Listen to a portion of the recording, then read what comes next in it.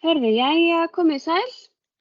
Ég heiti Guðrún Birna og býð ykkur velkomin á þennan örfund með ykkur félagsmönnum og ætla ég að fara í gegnum félagsgjald Bændasamtaka Íslands.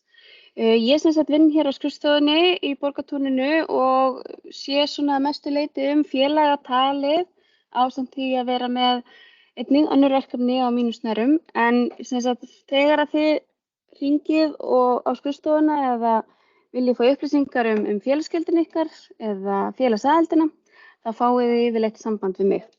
Sem bara flott, mér finnst bara gaman að fá að heyra í ykkur, þannig að ekki hætta því ef þið hafið ykkur spurningar. Ég ætla að renna í gegnum nokkra glærur þar sem ég mun útskýra hvernig félagsgjaldi hjá okkur er uppbyggt og hvað er innifalið. Og svo ætla ég að opna fyrir spurningar svona í lokin. Þannig að ef þið eru með ykkur spurningar, þannig endilega sitið á ykkur og geymið þær þangað til í lokin. Við skulum bara hefjast handa. Ég fæ oft spurningar hvernig félagsgjald samtakanna er byggt upp. Og það var þannig fyrir nokkrum árum síðan þegar samtökin voru sameinuð að það var tekið upp veltutengt félagsgjald. Þannig að velta félagsmanna ákvarða félagsgjaldið og það er eðlilega velta, ef að þú ert í fleiri en einni búgrein, að þá er rauninni samanlögð velta sem að telur inn í heildarsumman telur inn og ákvarðar í hvaða þrepi þú lendir í. Þrepin hlaupa á 5 til 10 milljónum eftir því hvar við erum í eftir því hvar þið lendið. Hversu hátt við erum komin upp eða hversu neðarlega það er og eru að sjálfsögðu alltaf upplýsingar hvað hvert þrep er fyrir inn á heimasíðunni okkar bóndi.is. En í þessu er alltaf verið að miðast við frumframleiðslu. Frumframleiðsla er mismunandi eftir búgreinum og er til dæmis í hrossaræktinni er miðast við alltaf 4 ára trippi, eða sala 4 ára trippi, en þegar þú ert komin rauninni lengra í hrossaræktinni þá ertu rauninni ekki lengur til dæmis með frumframleiðslu. Svo er það sem þú setur inn í leggur inn í sláturhúsið, þú veist kjötið og allt þetta, og svo beingreiðslur og aðrir styrkir sem teljast einnig til veltunar. En veltan er gefin upp án vasks og er hún af allri landbúnaðartengdri starfsemi og þar má samt sem áður taka frá leigu af landi, veiðiréttur og verktaka og annað sem oft sem að bændur eru mikið að sinna og þannig að það er hægt að taka það frá heildarveltutölunni. En hver er svo ávinningurinn að vera í bændasamtökunum? Við skulum kannski byrja á þessum augljósustu ávinningum. Og það var í fyrra að Bændasamtök Íslands og Sjóvá gerðu með sér algjöran tímamótasamning þar sem að Sjóvá tryggir núna bændur sem eru félagsmenn hjá Bændasamtökum Íslands í staðgengilstryggingu, með staðgengilstryggingu og er það þannig að bændur sem að ef að eitthvað kemur fyrir í búrekstrinum og þú slasast og getur ekki sinnt bústörunum, þá færði bætur að hámarki 350.000 krónur á mánuði í alltaf 6 mánuði, reyndar fyrir utan fyrsta mánuðin sem að þú ert óvinnufær, en það verður að vera að minnstakosti 50% óvinnufær. En nýju félagsmenn sem að ganga í samtökin eru tryggðir eftir 3 mánaða félagsaðild. Og þetta er í rauninni alveg eins og ég sagði áðan, þetta markaði mikil tímamót fyrir bændur að hafa svona sterkan tryggingapakka fyrir sig og þess vegna líka skiptir máli og við höfum svolítið verið að reka okkur á að ef að þú ert skráður á þína félagsaðild og ert kannski bara skráður einn, þá ert þú bara sá eini sem að ert tryggður fyrir þessum pakka. Það eru ekki þeir sem eru skráðir á bænum eða eru með lögheimili eða eitthvað svoleiðis. Það eru bara þeir félagsmenn sem eru skráðir í félagsaðildina. Þannig að ef að þú eða makinn þinn eða sá sem stendur með þér að búskapnum, þau þurfi bæði eða báðir eða báðar að vera skráð í samtökin, af því að ég vil minna á það að það eru 2 aðilar sem geta verið inni á einu og sama félagsgjaldinu. Þannig að þetta alveg góð áminning til þess að vera vissum að félagsaðildin manns rétt. Og þetta gott tækifæri til þess að skoða það og ég kannski kem aðeins betur inn þá eftir. En ef að eitthvað bjátar á og þið hafið einhverjar spurningar varðandi tryggingarnar, þá á alltaf að snúa sér beint til Sjóvá og þeirra starfsmanna og þeirra sérfræðinga sem að þar starfa.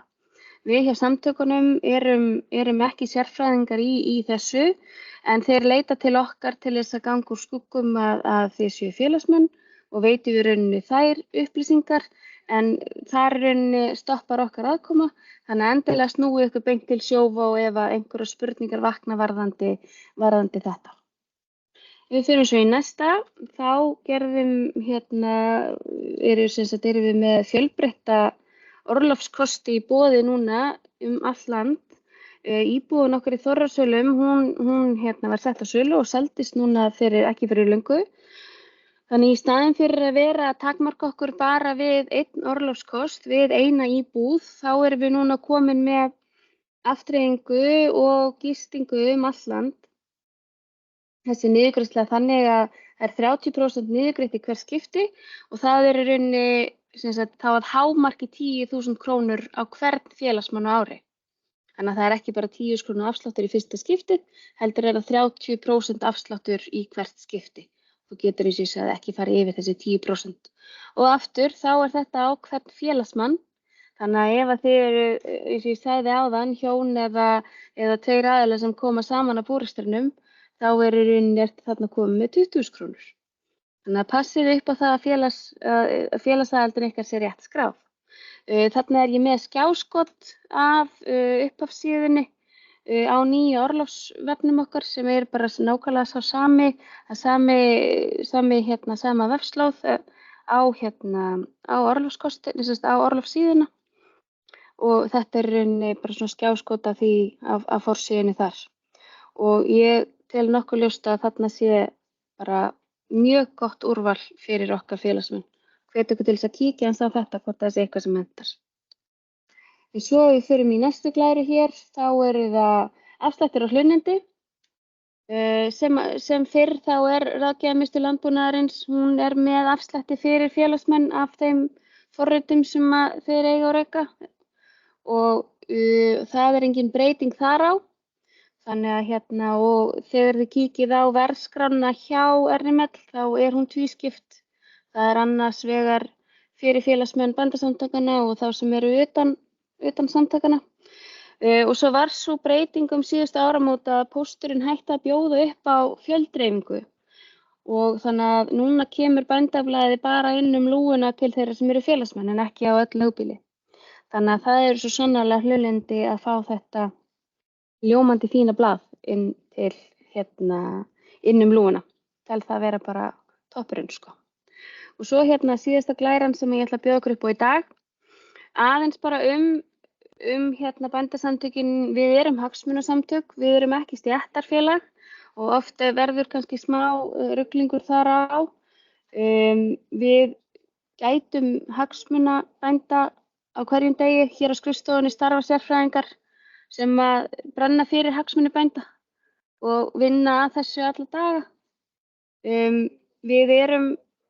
Við viljum að samtökin séu öflug og við róum öllum árum að því að svo sé og það sem sterk samtök og samstæðan alltaf skiptir mestu máli. Án samstöðunar kannski lítið ef það engin samstæða í málefnin þá kannski ekkert endilega fyrir miklu að berjast, ef svo má segja. Þannig að við megum ekki gleyma því að hagsmunagæslan hún hefst alltaf heima og það ykkar málefni sem eru tekin hér fyrir og það það sem við erum að gera ári hverju á fundum með ykkur að heyra hvað brennur mest á bændum. Og kannski síðasti punktur sem ég langar að skilja eftir hjá okkur hvernig talar þú íslenska landbúnað? Það skiptir svo miklu máli hvernig umræðan í samfélaginu, hvernig við sjálf tölum landbúnaðinn og ef við tölum jákvætt og erum öflugir málsvarar fyrir íslenska landbúnað, þá tel ég okkur séu allir vegir færir. En ég ætla bara að bjóða núna upp á spurningar eftir þessa stuttu yfirferð. Þannig að ég ætla bara að hafa þann háttin á að þið réttið upp hönd. Fyrir þá sem eru kunnu þessu forriti Teams, þá þarna svona lítil hendi upp í horni þar sem stendur raise og hægt að kveða sér máls þar með því að lyfta hana, með að íta á þann hnapp. Og já, ef einhverjar spurningar eru, bara endilega látið vaða.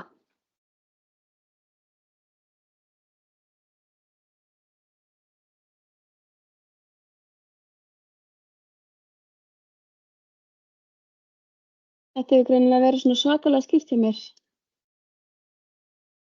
En fundurinn, já, Aðalbjörg, gjörðu svo vel. Já, sæl, takk. Ég bara með smá vangaveltu sem ég reyndar haft áður staðgengilstrygginguna. Ég veit ekki hvort að þú getur svarað eða einhver annar. Af hverju var þessi tala 350.000 krónur valin og hvenær hún endurskoðuð? 350.000 krónur langt undir lágmarkslaunum. Það sirka 1/3 af þeim mánaðarlaunum sem ég borga ófaglærðum starfsmanni hér á mínu búi. En svona til að setja þetta í samhengi ég kannski að borga sirka 150.000 krónur í félagsaðild að BÍ. En það kannski einföldun. Takk. Já, bara takk fyrir þessa spurningu. Ég því miður ekki með svarið við henni, en hvers vegna þessi tala var ákveðin, já, veit ég, ég bara því miður ekki með upplýsingar en það alltaf samtal á milli bændasamtakanna og Sjóvá og bara mun ég koma þessu áleiðis til þeirra sem við það borð sitja og þessum vangaveltum sem þú varst með. Takk fyrir þær.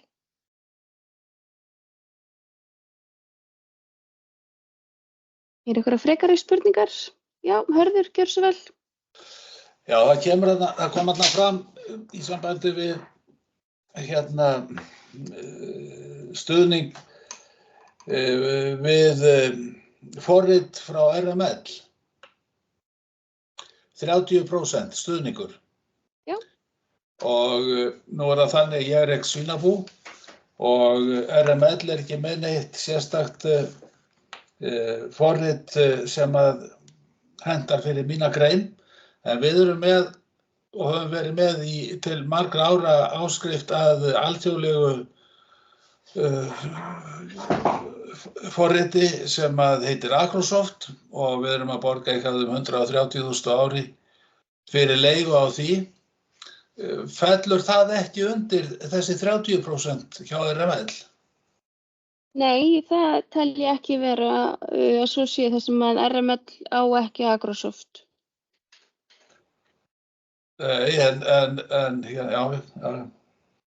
Heyrðu, þetta bara gott, takk fyrir. Já, takk fyrir það. Já. Ég vil bara minna á að það alltaf gott að kíkja inn á bondi.is ef það einhverjar spurningar sem vakna og svo má sjálfsögðu alltaf heyra í okkur hér á skrifstofunni. Nei, ef það ekki frekari spurningar þá bara þakka ykkur kærlega fyrir og ef þið eru í einhverjum vandræðum með að kíkja með að finna út hvar og uppfæra veltuna fyrir komandi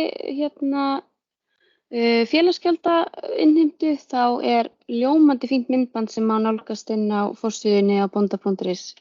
Þannig ég hvet ykkur til þess að kíkja á það. En annars vil ég bara þakka ykkur fyrir að taka ykkur tíma í hádeginu og bara gott að sjá ykkur. Takk fyrir mig í dag.